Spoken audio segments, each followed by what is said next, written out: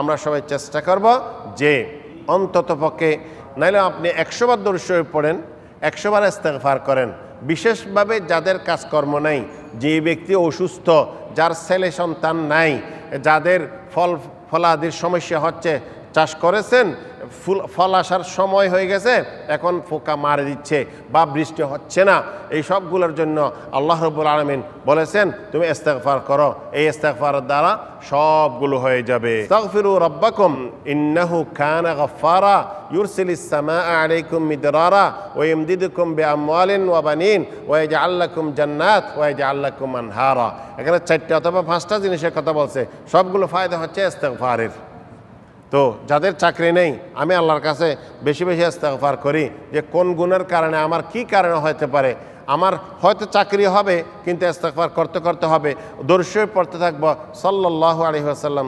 আরেকটা জিকির আছে ইয়া যাল জালালি ওয়াল ইকরাম, 100 বার এটা পড়েন, লা ইলাহা ইল্লা আনতা সুবহানাক ইন্নী কুনতু মিনাজ জালিমিন। 100 বার পড়েন, কতক্ষণ সময় লাগবে? হ্যাঁ, লা হাওলা ওয়ালা কুওয়াতা ইল্লা বিল্লাহ পড়েন। আল্লাহকে পরীক্ষা করতে হবে না, এগুলো সব পরীক্ষিত। আমি পড়ব, তখন ইনশাআল্লাহ আল্লাহ রাব্বুল আলামিন কোত্থেকে আমাকে রিজিক দেবে এটা এগুলো আমরা বুঝতে পারবোই না কখনো। এখন মানুষ বলতেছে মানুষ বাড়ি গেছে, জায়গা তো কমে গেছে, কিন্তু এ পর্যন্ত কেউ কি উপবাস আছে? উপবাস নেই। কেউ যদি উপবাস থাকে তাহলে যারা আশেপাশে তাদের কারণে। একজনের কাছে অনেক অঢেল খানা, 10 জনের খানা আনছে, সে 10 জন মানুষ খাবে, আনছে 100 জনের খানা ফেলাই দিচ্ছে। বাংলাদেশেও আছে এগুলা, শুধু এই দেশে না, এই দেশে তো আছেও। হ্যাঁ, যখন বিবাহ হয়, একটা বিবাহের মধ্যে একটা প্লেটের মধ্যে একটা ছাগল পুরা, কিন্তু কয়জন মানুষ খায়, অনেকগুলো ফেলাই দেওয়া হয়। এই সমস্ত এগুলো বাংলাদেশেও আছে। বাংলাদেশেও যাদের কাছে আছে তারা ফেলাচ্ছে। কিন্তু সে যদি চিন্তা করতো যে আমার প্রতিবেশী আছে, ওকে কিছু দেওয়া হোক, হ্যাঁ, তাহলে তো এটা পারত।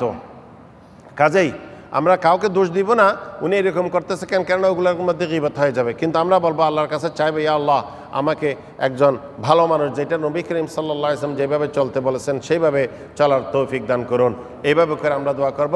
আর বেশি বেশি ইস্তেগফার, কমপক্ষে 100 বার ইস্তেগফার, 100 বার দরুদ শরীফ, 100 বার ইয়া যাল জালালি ওয়াল ইকরাম, 100 বার লা হাওলা ওয়ালা কুওয়াতা ইল্লা বিল্লাহ, 100 বার লা ইলাহা ইল্লা আনতা সুবহানাকা ইন্নী কুনতু মিনাজ জালিমিন, আর 100 বার লা ইলাহা ইল্লাল্লাহু ওয়াহদাহু লা শারীকা লাহু লাহুল মুলকু ওয়া লাহুল হামদু ওয়া হুয়া আলা কুল্লি শাইইন কাদির।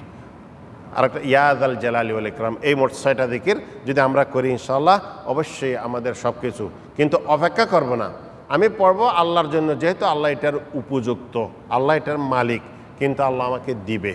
আল্লাহ রাব্বুল আলামিন আমাদের সবাইকে আমাদের সময়গুলোকে হেফাজত করে ভালো কাজের মধ্যে কাটার তৌফিক দান করুন।